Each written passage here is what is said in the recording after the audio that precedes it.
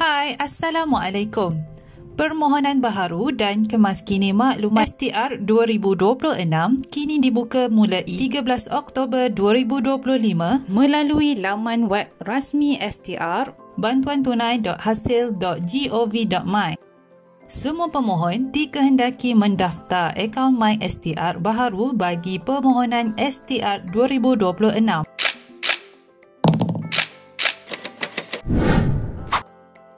Langkah permulaan, pergi ke carian Google, type sahaja MySTR, klik pada sumbangan tunai rahmah.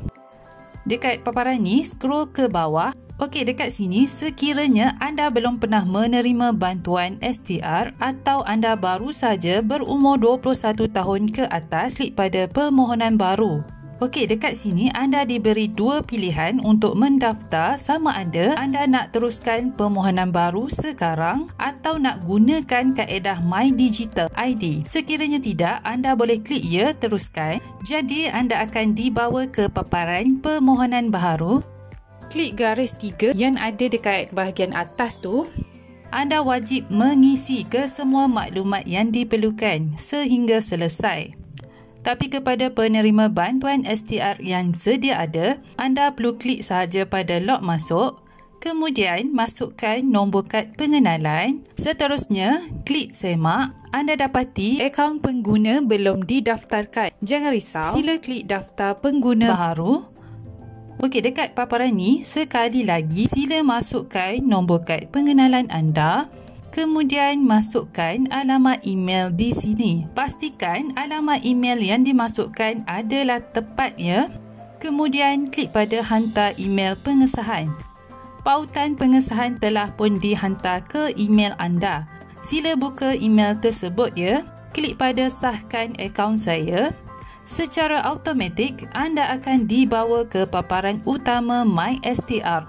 Anda diminta untuk mencipta frasa keselamatan. Cipta kata kunci keselamatan dengan format yang dibenarkan. Seterusnya, klik pilih soalan keselamatan. Setiap soalan yang dipilih mestilah disertakan dengan jawapan. Untuk soalan pertama, klik di sini, pilih soalan yang anda inginkan, kemudian masukkan jawapan. Next, klik teruskan. Seterusnya, sila pilih soalan keselamatan yang kedua. Step yang sama sahaja, pilih soalan, kemudian masukkan jawapan. Klik teruskan. Sila pilih soalan yang ketiga, kemudian masukkan jawapan. Next, klik teruskan. Untuk soalan keempat dan kelima, kaedah yang sama sahaja, pilih soalan dan masukkan jawapan.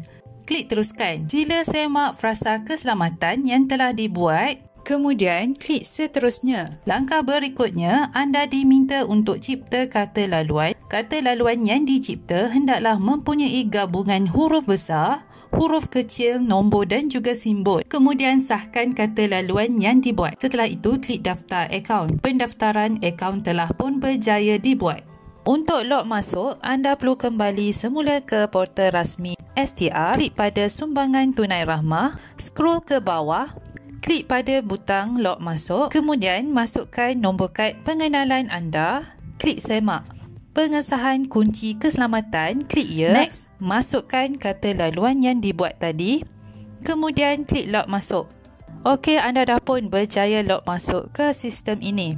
Klik pada garis 3 bahagian atas tu. Okey, dekat bahagian dashboard ini, anda dapat lihat status permohonan dan jumlah bayaran yang diterima. Scroll ke bawah, kiranya anda nak tambah atau kemaskini maklumat yang baru, sila klik pada perubahan maklumat permohonan dan anda boleh kemaskini maklumat yang diperlukan ya. Okey, setakat itu sahaja perkongsian kali ini.